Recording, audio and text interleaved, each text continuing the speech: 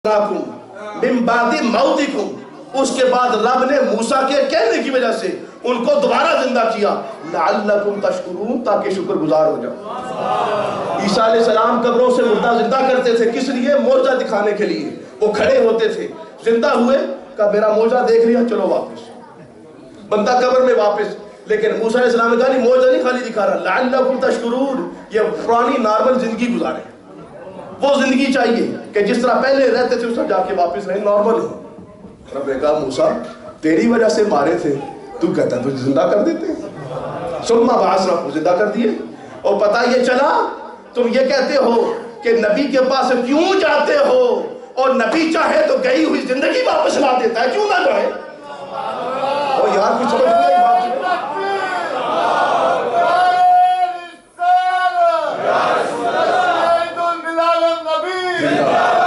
नबी के पास क्यों ना जाएं? जिंदगी चली गई है, फैसला हो गया है, बंदा मौत के वादी में चला गया हुआ है। मूसा ने पकड़ के वापस कह दिया, वापस आए। रब ने गई जिंदगी वापस। एक जुमला इस पर भी मेरा सुनिए, बात अपने इख्तिताम पर चल रही है। वो क्या, मुझे सोच के बताएं कि जब मूसा अलैहिस्सलाम की बेअदबी की, रब ने मारा, क्या वो उनकी मौत का वक्त था?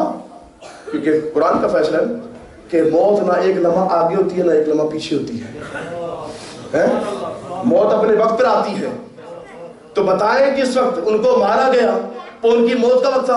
कहा उनकी मौत का वक्त है इसलिए मार गए। तो फिर हमारा ये सवाल होगा, मौत का वक्त जब तय था, मौत आ गई है, फिर जिंदा कैसे हो गए? कहा नहीं, वो मौत का वक्त नहीं था, मौत का वक्त बाद में, जो वो बाद में मरेंगे दोबारा वो। का फिर ये कौन सी मौत है? फिर ये कौन सी मौत है? का पता ये चला जो नबी की बेअदबी करने वाले लोग हैं, गुस्ताखाने रसूल हैं, उनको रब ज्यादा जीने नहीं देता, उनकी जिंदगियां कम करके उनको मौत पहले देता है। लेकिन अगर वही बंदा जिसकी मौत का वक्त आ चुका हो, अगर बारगाह नबी में राब्ता कर ले, तो नबी की बारगाह वो है जहां से नई जिंदगी मिल जाती है। एक बंदे को दो मौतें मिले, ये अजीब बात है। बंदा एक मौतें दो, और इस दुनिया की ये हज़रत मूसा अलैहिस्सलाम का मौजज़ा है। अब इस शान का बंदा जो बंदे जिंदा कर रहा है, रब से दुआएं कर रहा है, और कई दिन गुजरने के बाद वो बंदे दोबारा जिंदा होते हैं, वो कहता है अल्लाहुम्मा जअलनी मिन उम्मति मुहम्मद, मौला करीम मुझे उम्मत मोहम्मद पे पैदा फरमा। पता ये चला अगर मुस्तफ़ा के मकाम को समझना चाहते हो, मूसा अलैहिस्सलाम से कांटेक्ट करो, वो तुम्हें बताएंगे। यार में कलीमुल्लाह होकर, कोहे तूर पर तजलियाते बारी देखकर, रब से बातें करके, रब का कलाम सुनकर, फिर सरकार की उम्मत में आने की दुआएं कर रहा हूं, तो फिर मुस्तफ़ा की शान क्या होगी जिसका उम्मती बनना चाहता हूं। लेकिन जिस बात के लिए बात अर्ज की है वो भी सुन लें। वो क्या है? जब ये दुआ की गई अल्लाहुम्मा जअलनी मिन उम्मति मुहम्मद, मौला करीम मुझे उम्मत मुहम्मदिया में से पैदा फरमा, तो हुआ क्या? पूरा कुरान उठाकर देखें, लफ्ज़ मूसा तमाम अंबिया और मुरसलीन में से सबसे ज्यादा अगर किसी नबी का नाम कुरान के अंदर इस्तेमाल हुआ है तो मूसा अलैहिस्सलाम है। पता ये चला कि जो सरकार का जिक्र करता है, रब उसका जिक्र यूं बुलंद करता है कि मूसा तेरी अपनी किताबों में, तौरात में तेरा नाम हो ना हो, तेरी अपनी किताब बाकी बचे या ना बचे, लेकिन वो किताब जिसकी हिफाजत की जिम्मेदारी हमने उठाई है ना, उसमें तेरा नाम लिखकर क़यामत तक के लिए तेरा नाम जिंदा रखेंगे। तो जो अपना नाम जिंदा रखना चाहता है वो मुस्तफ़ा के जिक्र में रखे। और इसी रिफत जिक्र में मैंने घड़ी की तरफ देखा ही नहीं, और आपकी नमाज का टाइम हो गया है। अल्लाह ताला हमारी हाजिरी को अपनी बारगाह में, अल्लाह ताला सबको जज़ाए खैर अता फरमाए। और आज का ये खूबसूरत इज्तिमा देख कर दिली खुशी हुई है। हॉलैंड की सरज़मीन में, एम्स्टर्डम की ज़मीन में ये नबी पाक सल्लल्लाहु के मिलाद की बहारें आप लोगों ने मनाई हैं।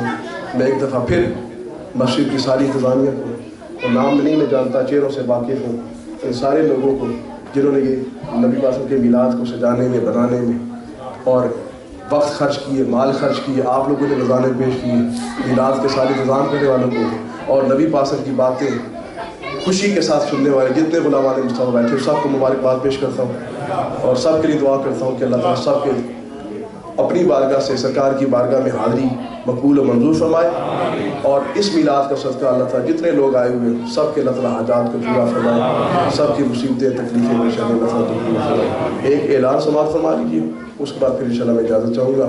انشاءاللہ عزیز ہمارا انگلینڈ میں لندن میں والتھمسٹن میں جو سالانہ مرکزی میلاد شریف کا جلوس ہوتا ہے وہ 2 فروری کو انشاءاللہ عزیز ہمارا جلوس ہو رہا ہے۔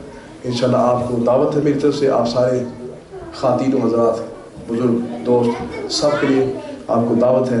انشاءاللہ یہاں سے کوئی دوست جانتے بھی ہیں راجہ علی رضا صاحب مسجد غوثیہ والے، وہ اس سے آپ کانٹیکٹ کر سکتے ہیں، ٹائم وغیرہ کے بارے میں آنے جانے کے حوالے سے وہ آپ کو بتا سکتے ہیں انشاءاللہ عزیز کہ ہمارا جو سالانہ مرکزی میلاد شریف کا جلوس ہوتا ہے بڑا عظیم الشان، اور پورے یورپ سے لوگ اکٹھے ہوتے ہیں، پورے UK سے لوگ اکٹھے ہوتے ہیں، علماء کرام پوری دنیا کے مختلف ممالک سے تشریف لاتے ہیں، عربی ممالک سے ہمارے بڑے بڑے محدثین، بڑے بڑے شیخ الحدیث حضرات جو ہیں شیوخ تشریف لاتے ہیں، ان کے بیانات ہوتے ہیں۔ زیادہ وقت تو نہیں ہوتا، زیادہ وقت جلوس پہ خرچ ہو جاتا ہے، لیکن پھر بھی آپ تشریف لائیں گے، ایک بڑا سرکار کی غلامی کا ایک عجیب منظر ہوتا ہے جب UK کی فضاؤں میں وہ عیسائی ملک کے اندر نبی پاک علیہ السلام کی عظمت کے ترانے گائے جاتے ہیں، ٹنکے بجائے جاتے ہیں۔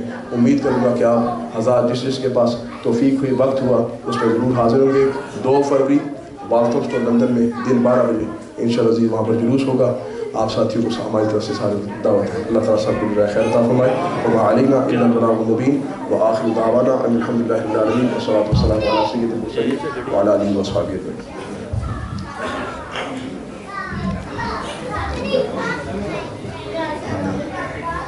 ماشاءاللہ، جزاک اللہ۔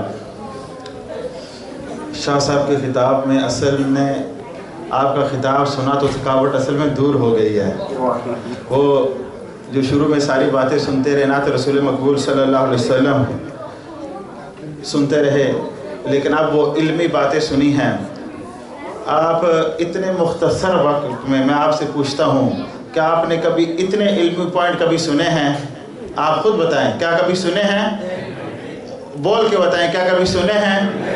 اگر ہم کچھ بھی اپنے ذہن میں محفوظ کر لینا تو یہ ہمارے لیے بڑے ہیں۔ اگر سارے نہ بھی ہو سکیں، انشاءاللہ ہم اس ویڈیو لائیو بھی کی ہے اور 2 کیمرے لگے ہوئے، ریکارڈنگ بھی ہوئی ہے۔